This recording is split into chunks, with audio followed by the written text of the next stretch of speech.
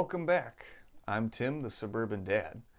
Today I want to go over with you some more of my tips and tricks for finding new bottles of bourbon that you might enjoy, using a couple apps, as well as making sure that you're not getting screwed over on the price. So, let's get to it.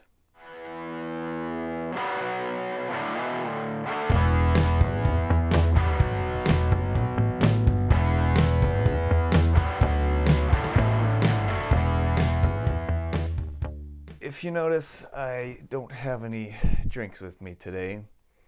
My family and I were hit by the plague over the weekend, a nasty little stomach bug. So my poor delicate little stomach and liver are still in recovery mode. I am drinking bourbon in my head right now, but not with my mouth. Today I'm going to talk to you about two apps in particular. These apps have really helped me with my bourbon journey, and I really think that they could benefit you as well. The first one, and the most important, is called Distiller. Distiller is all about ranking and rating bourbons. I mean, they cover all alcohol. You could check anything you want on there. But I use it for bourbon and whiskey. It ranks bourbon based on a professional expert review, and then they also have a user review as well, an average rating. So it's been very helpful for me identifying bottles that I'll probably enjoy, ones to look out for, ones to try, and potentially buy. So it's a great way. You can ask anyone, especially my wife. I am a super nerd when it comes to bourbon. I research it all the time. I enjoy reading about it, articles, news clips, going on the distillery websites, looking on this app, Facebook, you name it. So with Distiller, you're able to look up a bourbon, and they're pretty good about reviewing most bottles. They give you a review from an expert, and they describe the nose, they describe the palate, the finish. They have a chart that shows what that particular bottle, the taste is comprised of. It breaks it down into things like fruity, floral, vanilla, smoky, spicy, and some other ones as well. So you can get a sense of, okay, well, I like this bottle and it's got these key features in the palate. I'm probably going to like bottles that are similar to that. Cool. And it gives you a numerical value out of 100, 100 being perfect tasting bourbon. The lower you go, the riskier it gets. I usually don't go below an 85, although I have a bottle of Old Tub, which is put out by Jim Beam. I love it. It's kind of rough and it's very cheap, but I really enjoy it.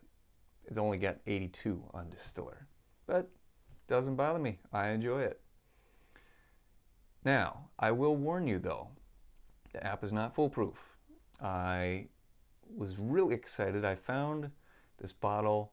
I had researched it. I was looking through the logs of whiskey awards and came across Henry McKenna 10-year single barrel, and it got rave reviews. In 2019 for the San Francisco Spirits Awards, it won Best Single Barrel Bourbon, it won Best Bourbon, it won Double Gold, and Best in Show Whiskey.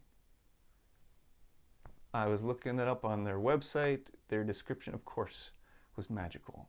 It sounded delicious. Everybody was raving about it online. I was looking, hunting for it, finally tracked it down, bought it, hadn't even tried it, was so excited. First pour, it was almost as bad as being sick this past weekend. It tasted awful. It was seriously the worst bourbon I've ever had. I didn't even drink any more after that first pour because it was so awful. I got rid of it. it got a 92 on Distiller. So, lesson learned on my part, it's not a foolproof plan.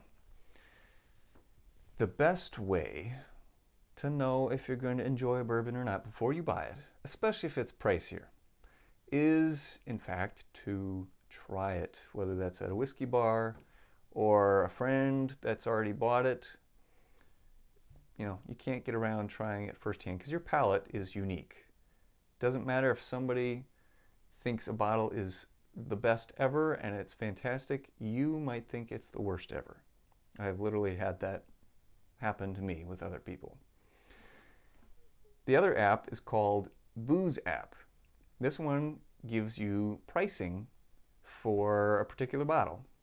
You can search for the bottle. It gives you what it should sell at retail, and then what most people agree is an acceptable price that they'd pay for it.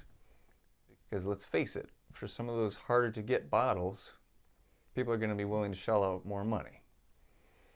So this is a good indicator on this app of, okay, here's industry standard, and you know, here's the range for what it should cost. And above that, you're more likely to be screwed over. Now, if you're really after that bottle and you've tried it and you know that it's really great and it's worth it to you, hey, I'm not going to judge you on that. I've overpaid on bottles myself. Some that I really enjoy, some that I didn't enjoy so much. So, it's up to you. I would encourage you to join some, if you're on social media, join some Facebook bourbon groups. They have some great discussions. There's some in there that post about where they're finding really good bottles, where there's good deals. It's a great source of information there. And like I said, nothing beats getting actually to try a bottle. So find a good local whiskey bar that you can get some good samples at. I'm looking forward to doing a blind tasting with you guys. I'd like to hear from you though. I'm leaning towards either a blind tasting of Michter's basic line, so their bourbon, their sour mash whiskey, their unblended whiskey, and their rye, or several bottles under $30 that I really think are great, just to rank those and see which one comes out on top. Let me know in the comments, what do you guys think? As always, thanks for tuning in.